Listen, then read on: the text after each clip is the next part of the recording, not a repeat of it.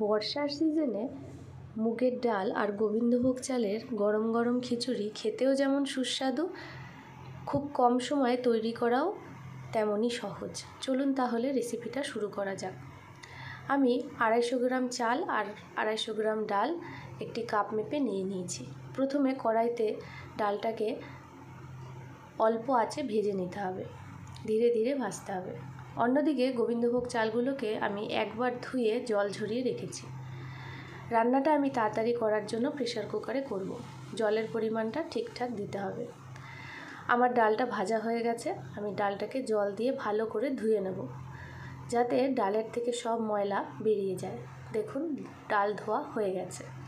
এদিকে প্রেসার কুকারে জলটা দিতে হবে চাল ডাল মিলে যতটা পরিমাণ হয়, যেমন 250 গ্রাম চাল আর 250 গ্রাম ডালের সাথে আমি ডবলের থেকে একটু বেশি জল দিয়েছি, মানে 1 লিটার 250 জল দিয়েছি।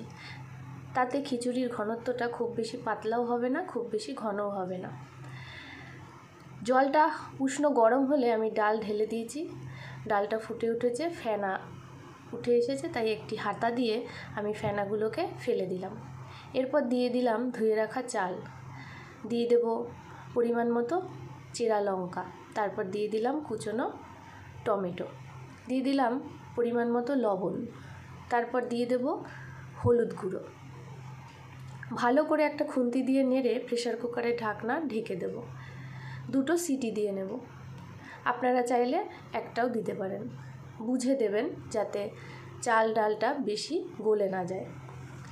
এদিকে অন্য একটি কড়াইতে খিচুড়ির জন্য মশলা তৈরি করে নেব। কড়াইতে দিয়ে দিয়েছি সর্ষের তেল। ফোড়নের জন্য দিলাম শুকনো লঙ্কা, সাদা জিরে আর তেজপাতা। ফোড়নটা ভাজা ভাজা হয়ে গেছে, তার মধ্যে দিয়ে দিলাম টমেটো কুচি। টমেটোটা একটু ভেজে নিয়ে অন্য একটি বাটিতে আমি নিয়ে নিয়েছি জিরে গুঁড়ো আর আদা বাটা। এটাকে জল দিয়ে একটু গুলে কড়াইতে দিয়ে দেব।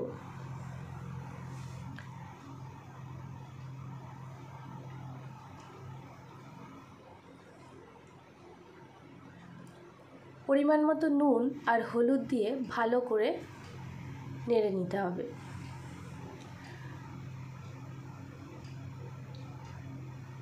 ভালো করে কষে নেওয়ার পর মশলার মধ্যে একটু জল ঢেলে দেব।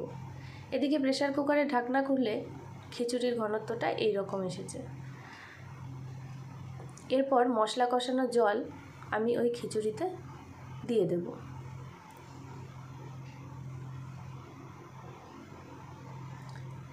দিয়ে মশলাটা দেওয়ার পর খিচুড়িটাকে ভালো করে নেড়ে নিতে হবে, যাতে পুরো মশলাটা খিচুড়ির মধ্যে ঢুকে যায়। ভালো করে নেড়ে নিতে হবে। আমার খিচুড়ি রান্না প্রায় কমপ্লিট। আমি গরম মশলা আর ঘি দিয়ে পরিবেশন করব। ভিডিও কেমন লাগছে অবশ্যই কমেন্টে জানাবেন। ভালো লাগলে চ্যানেলটিকে সাবস্ক্রাইব করবেন, লাইক করবেন।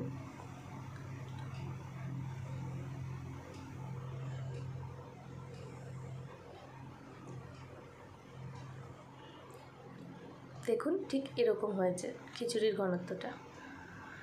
এবার আমি সার্ভ করে দিলাম। সাথে দিয়ে দেব পুঁই শাক চচ্চড়ি আর ছোট ছোট বেগুনের বড়া। ধন্যবাদ।